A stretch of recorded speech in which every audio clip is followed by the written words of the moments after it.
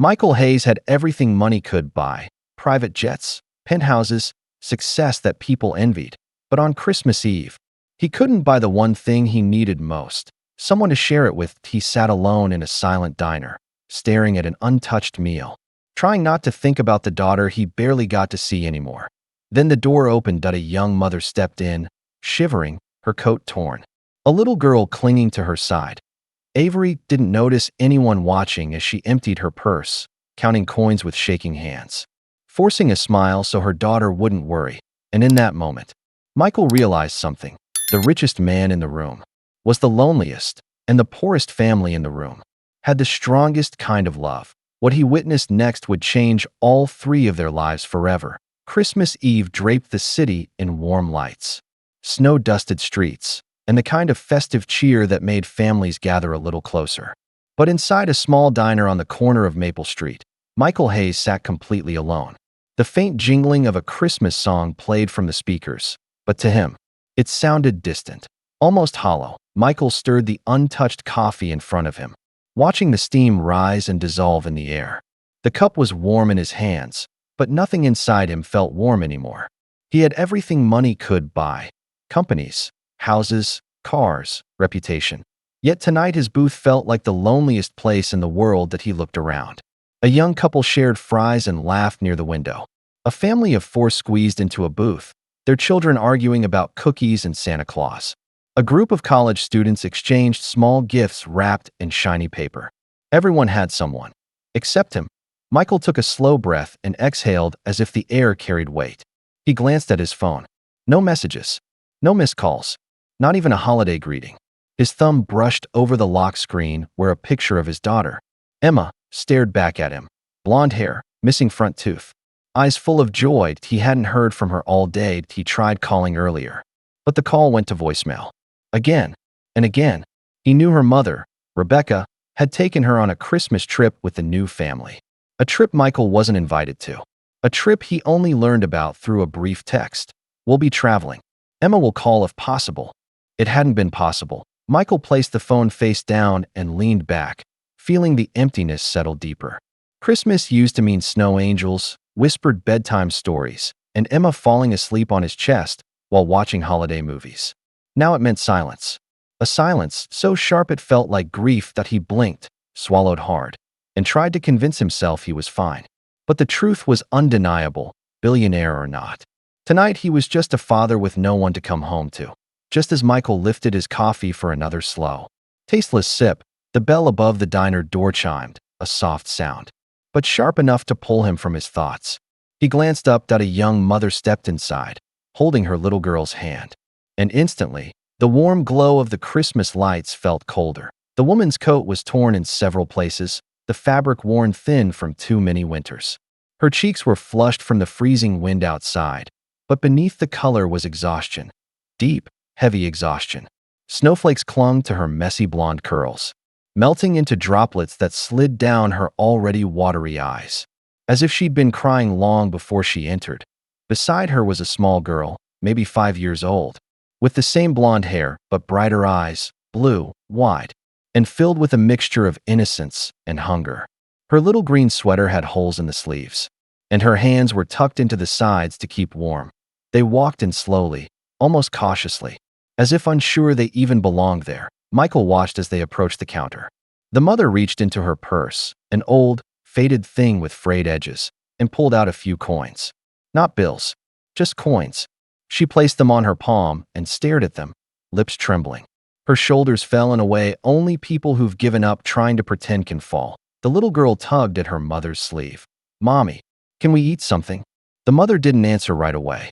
She just kept counting. 1 coin, 2 coins, a final one added with shaking fingers. Then she whispered something to herself, her voice cracking like ice. Michael's chest tightened that he recognized the look on her face. The look of someone fighting a battle no one else could see. A look he had worn himself, in a very different way. The mother finally took a breath, straightened slightly, and approached the cashier. But even from a distance, Michael could tell. Whatever she had in her hand, it wasn't enough. Avery stood at the counter, her fingers curled tightly around the small pile of coins in her hand. The cashier, a young man with tired eyes and a holiday hat, offered her a polite smile.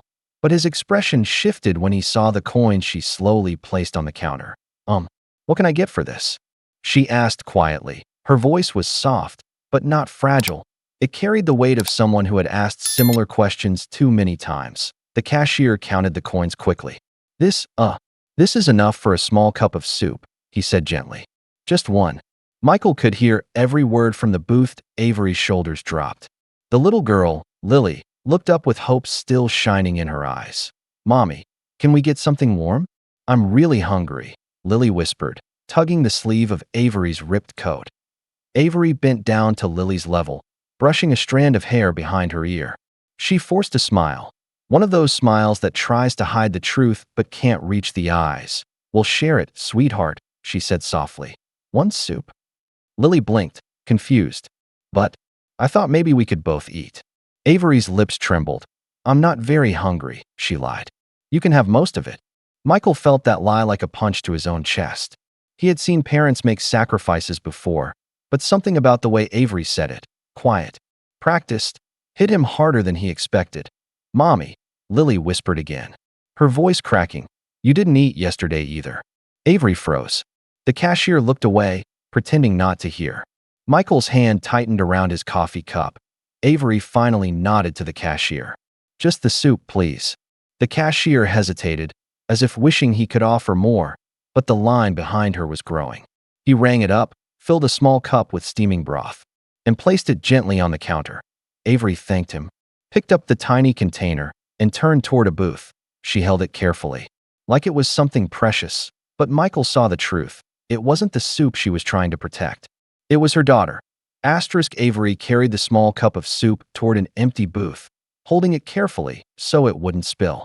Lily walked beside her, her eyes fixed on the steam rising from the lid, her small hands rubbing together for warmth. The diner's lights reflected softly on her face. Hope mixed with hunger. Michael watched them sit. Avery removed the lid and slid the cup toward Lily. "Go on, sweetheart. Eat slowly. It's hot." Avery didn't touch it. She just watched her daughter blow on each spoonful, her own stomach tightening with every breath she pretended not to feel. Michael couldn't sit still anymore. Something inside him, maybe the father in him, maybe the lonely man in him, refused to let this moment pass. Not tonight. Not on Christmas Eve that he stood from his booth, smoothing his coat, suddenly nervous. He didn't want to embarrass her. He didn't want her to think he pitied her. He just wanted to help. He approached slowly. Lily noticed him first. Her spoon paused mid-air, eyes wide, curious. Avery looked up, startled. Her hand instinctively moved toward Lily, protective. Michael raised one hand gently. I'm sorry," he said softly. "I didn't mean to scare you." Avery blinked. Unsure, he offered a small smile. "I'm sitting over there," he gestured toward his booth, "and I ordered too much food. Way too much. I'd really appreciate it if you both would help me finish it." Avery's eyes filled with immediate discomfort. "Oh, no, we couldn't. That's very kind. But, Mommy," Lily whispered, tugging her sleeve. "He seems nice." Avery swallowed, torn between pride and necessity. Michael crouched slightly to meet Lily's level. His voice softened even more. "Hi, what's your name?" "Lily," she said shyly. "That's a beautiful name." He looked at Avery again, careful and sincere. "Please, you'd be doing me a favor." "Truly." Avery hesitated. Her eyes flicked from Michael to the tiny cup of soup, to Lily's hopeful face. Finally, her voice broke into a whisper. "Okay, thank you." Michael exhaled. Relief, gratitude, and something he hadn't felt in a long time. Warmth. Michael guided Avery and Lily toward his booth, pulling out the seats for them as if it were the most natural thing in the world. The diner lights reflected softly off the window beside them. Snowflakes drifting lazily in the street outside, silent. Gentle witnesses to a moment none of them expected. Lily climbed into the seat with excitement she tried to hide, her little hands resting neatly on the table. Avery sat more hesitantly, her posture careful, as though she wasn't sure how much space she was allowed to take up in the world. "Thank you again," she murmured, still unsure whether to meet Michael's eyes. "You're welcome," he replied quietly. "I'm glad you said yes." Before she could respond, The waiter arrived with Michael's original order. Far too much food for one person. Warm bread, a full plate of pasta, roasted vegetables, and a pot of stew. The waiter looked relieved to see he actually had company now. Lily's eyes widened at the feast. She leaned closer to her mother. "Mommy, it smells so good." Avery gently placed her hand on Lily's back. "Remember your manners, sweetheart."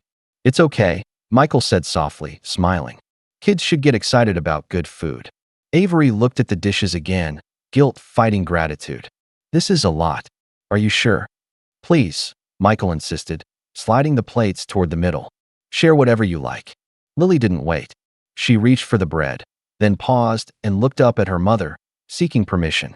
Avery nodded, and Lily took a small bite, then another, her face lighting up with each warm taste. Michael watched her with a softness he hadn't felt in months.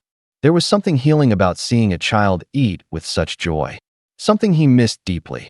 "What's your favorite food, Lily?" Michael asked. "Spaghetti," she said immediately, her smile bright and full. Michael laughed. "Mine too."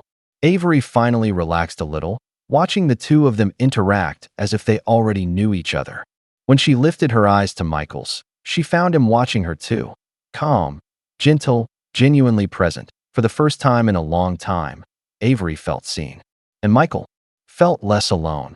Dinner unfolded slowly, gently, like a moment none of them wanted to disturb. The diner was warm, but a soft melancholy still lingered around Michael, one that Avery sensed even while trying to keep her gratitude hidden behind polite smiles. Lily finished her bread, swinging her legs under the table as she hummed a little tune. She was happy, truly happy, and Avery watched her with a mix of relief and ache. Michael noticed. "You're a wonderful mother," he said quietly. Avery blinked, startled. Compliments were rare in her world. I just do my best." "That's more than most," Michael replied. A silence followed. Not awkward, just thoughtful. Avery studied him for a moment, really looked. There was something about his eyes. Something tired. Something lonely. "Can I ask you something?" she said softly. Michael nodded. "You were sitting alone on Christmas Eve." "What?" He looked down at his hands. His fingers tightened slightly around the edge of his napkin. When he looked up again, there was vulnerability in his expression, raw, unguarded. "I have a daughter," he said quietly. "Emma. She's 5. Avery froze, surprised.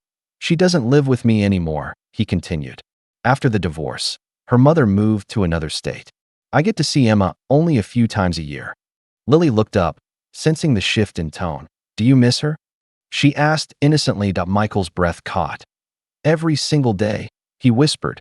The words hit Avery harder than she expected. She knew what it was like to raise a child alone, but she couldn't imagine being kept away from her child, not just by distance, but by circumstance. "I tried calling her today," he added softly. "Christmas, you know. But they were traveling with her stepfather. She didn't get the chance to call back." His voice cracked slightly, just enough for Avery to hear the hurt he tried to hide. "I'm sorry," she said sincerely. Michael managed a small smile. "Life gets complicated." Avery nodded. "Yes, it does." For a moment, two different worlds, one built from wealth and one built from survival, felt the exact same weight of loneliness, and in that quiet understanding, a connection deeper than either expected began to form. The next evening, the city glowed beneath strings of Christmas lights draped between lamp posts. Snowflakes drifted gently from the sky, adding a soft shimmer to the glowing park pathways. Avery held Lily's hand tightly as they walked home after a long shift.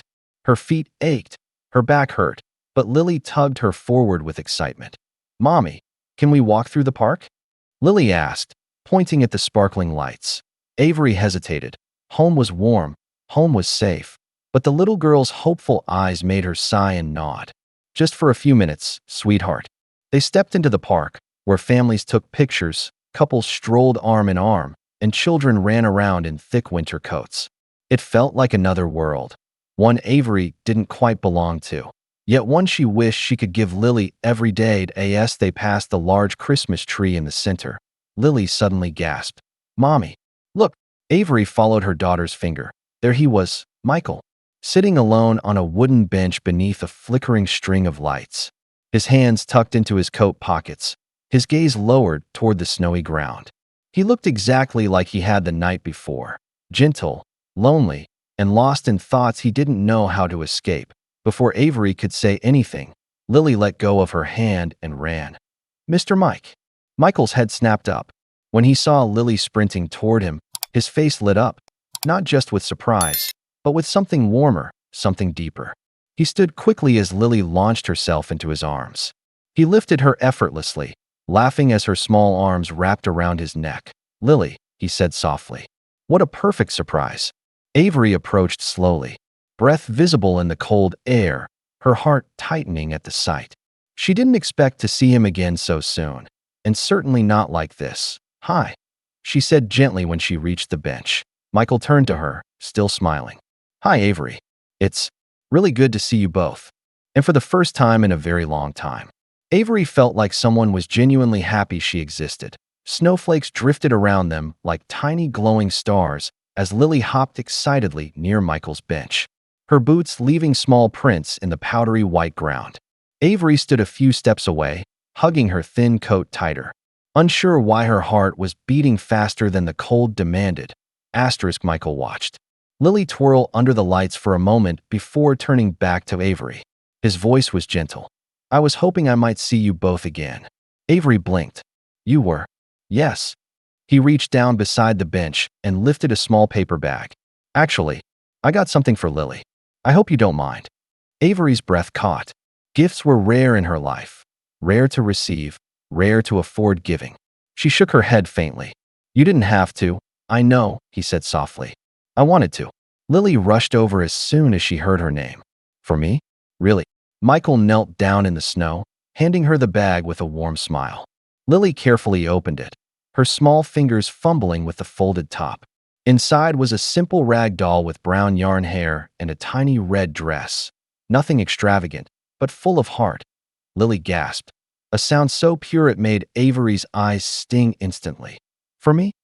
Lily repeated, hugging the doll to her chest with all her strength. "For you," Michael said. "Every princess needs a friend."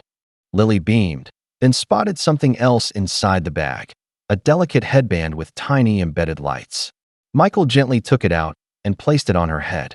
He pressed the small button on the side, and the lights flickered on, casting a soft magical glow around her blonde hair. Lily's entire face lit up. She spun in a slow circle, her giggles echoing through the park.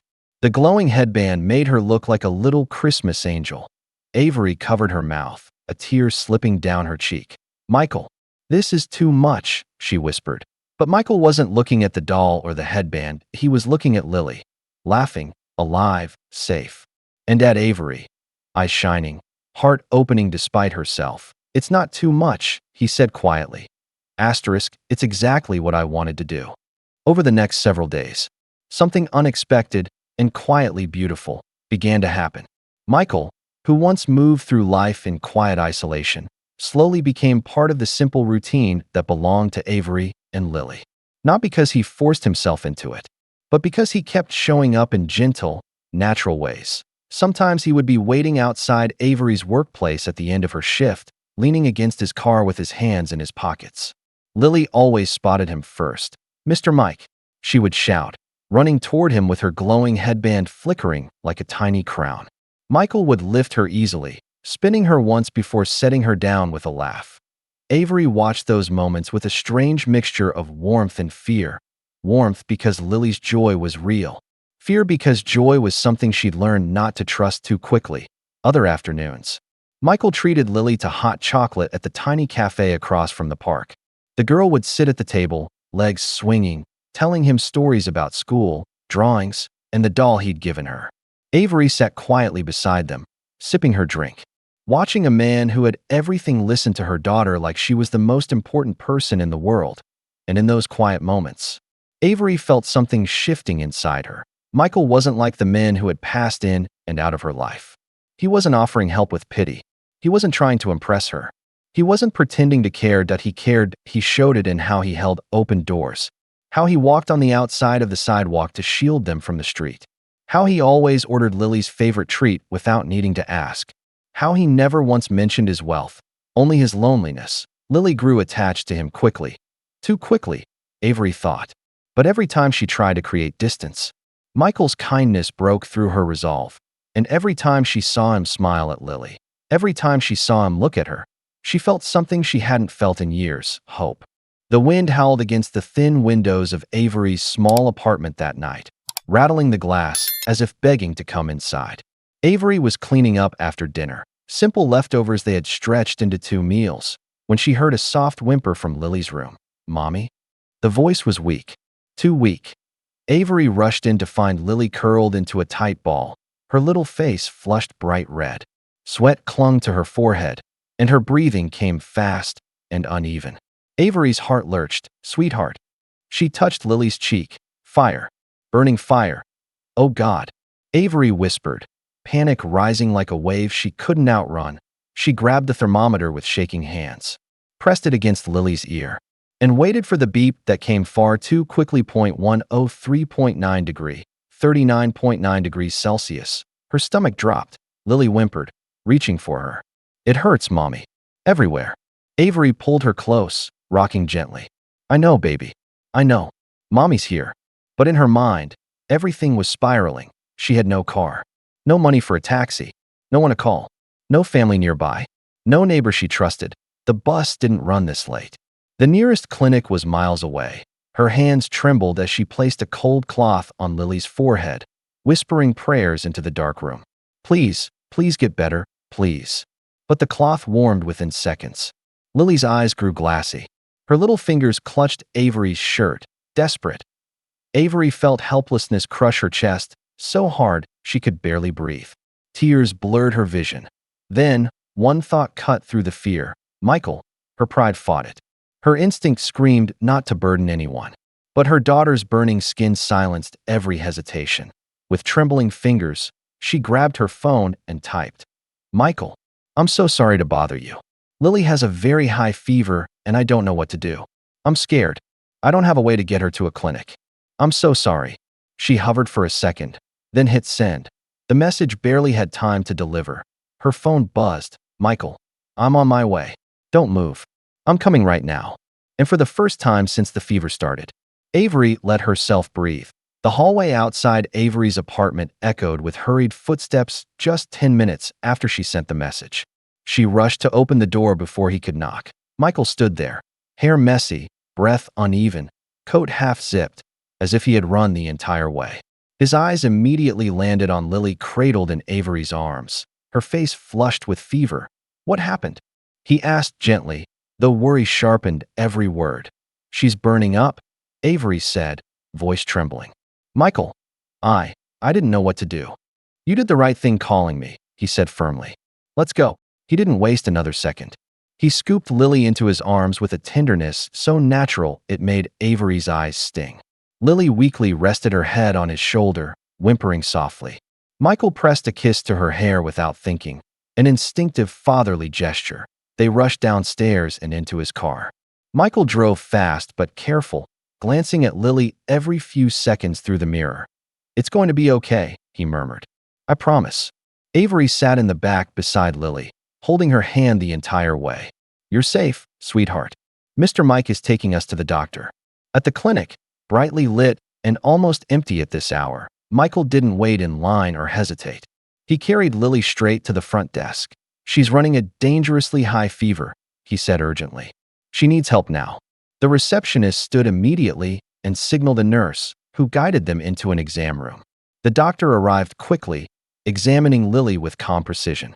Avery's heart hammered in her ribs. Finally, the doctor spoke. "It's a viral infection, very common this season," she said gently. "Her fever is high, but she will be okay with medication and rest." Avery closed her eyes, a shaky breath escaping her. Relief washed through her like warmth after a long winter. Michael reached for her hand, giving it a steady squeeze. "She's going to be just fine," he whispered, and for the first time that night, Avery believed him. Back at the apartment, after the clinic visit, the world felt quieter. The storm outside had calmed, and the only sound inside was the soft ticking of the old wall clock. Avery tucked Lily into bed with gentle hands, placing a cool compress on her forehead. The fever medicine had begun working, and the little girl's breaths came slower, steadier. Michael stood in the doorway, watching with the same anxious care as if Lily were his own child. He didn't try to hide the worry on his face. He didn't try to pretend this wasn't affecting him deeply. When Avery finally stepped away from the bed, she exhaled shakily and wiped her eyes. Michael guided her toward the living room, letting her sit on the small, worn sofa.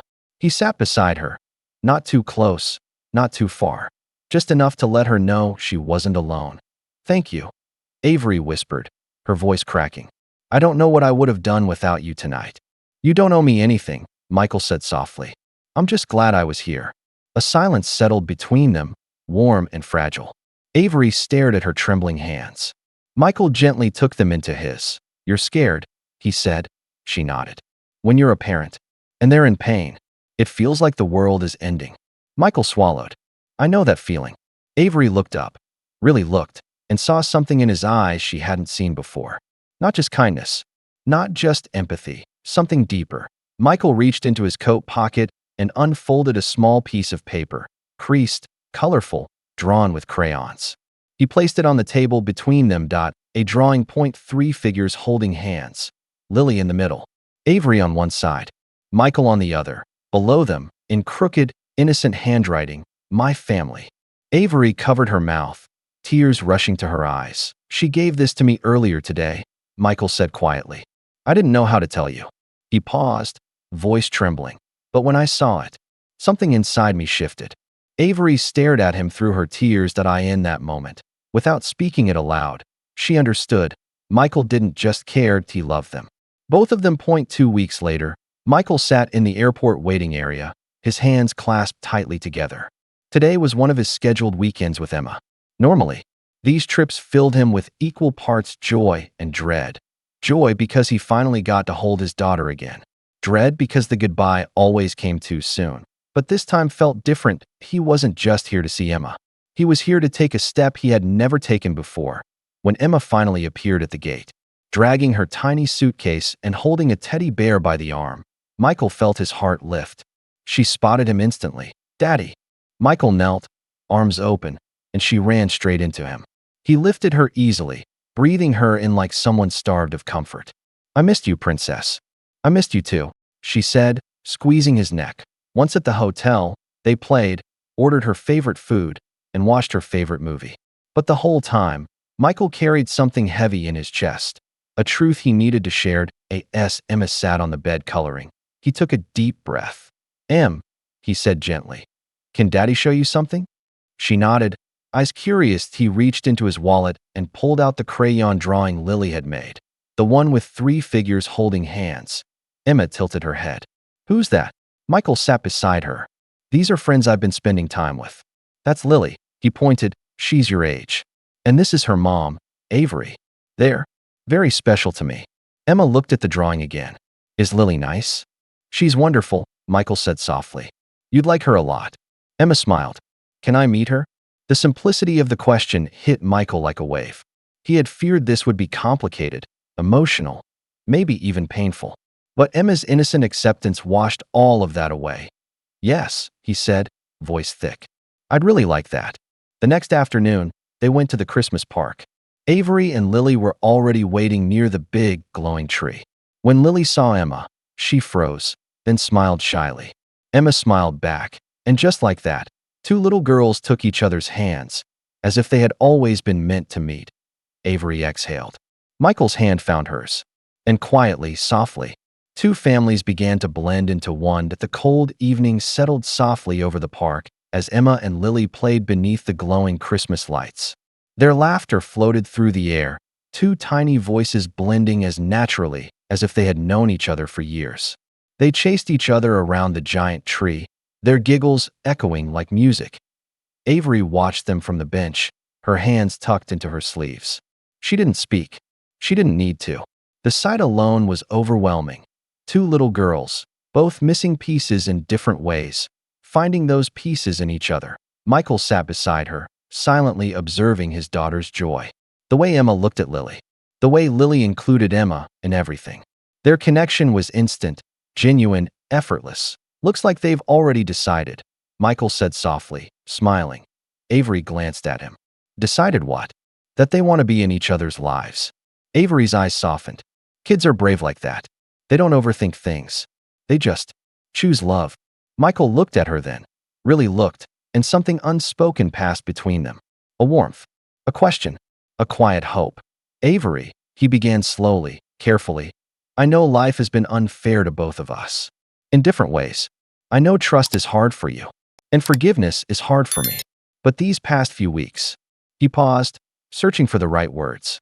You and Lily have given me something I haven't felt in years, maybe ever. Avery's breath caught. Michael, I don't want this to be temporary, he continued, voice steady. Not the moments with you. Not the moments with her. Not the moments with them together.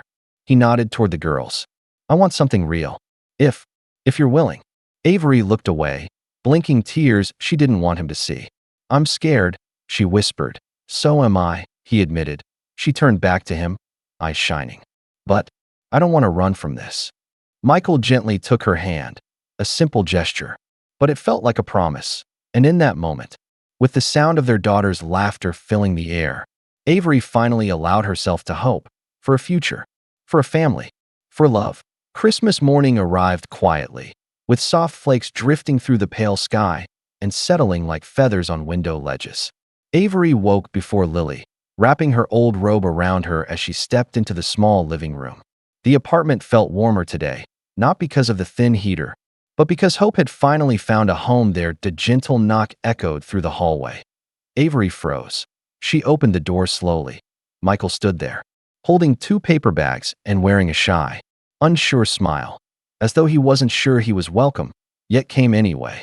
Behind him, Emma held a tiny wrapped gift, bouncing on her toes. Merry Christmas, Michael said softly. Avery's breath trembled. She stepped aside to let them in. Lily woke moments later, and when she saw Emma and Michael, she squealed with delight. In seconds, both girls were on the floor beside the small tree Avery had made from recycled cardboard and old craft supplies. They sat cross-legged, trading little gifts wrapped in newspaper and ribbon scraps. Emma handed Lily her present first. Inside was a set of crayons, shiny and used, beautiful that Lily's eyes filled with tears. I've never had new ones before. Michael swallowed hard, blinking away his own emotion. Then Lily gave Emma a handmade drawing, both of them under a giant Christmas star. Emma hugged her like she'd been waiting her whole life for that picture. Avery watched them, her hands covering her heart. Michael stepped closer to her. I brought something small for you too, he said gently, handing her a modest wrapped box. Inside was a delicate silver necklace shaped like a tiny star. Why a star? Avery whispered. Because you've been one, Michael said. Guiding me, guiding Lily, helping me find light again. Avery's eyes welled. Michael. He took her hands, steady and sincere. I don't know what the future looks like, but I know what I want. I want to try with you, with Lily, with Emma, all of us. Avery exhaled, a soft, trembling laugh escaping her. Then yes, she whispered. Let's try. Behind them, the girls giggled beneath the cardboard tree. And for the first time in years, it felt like Christmas had finally come home.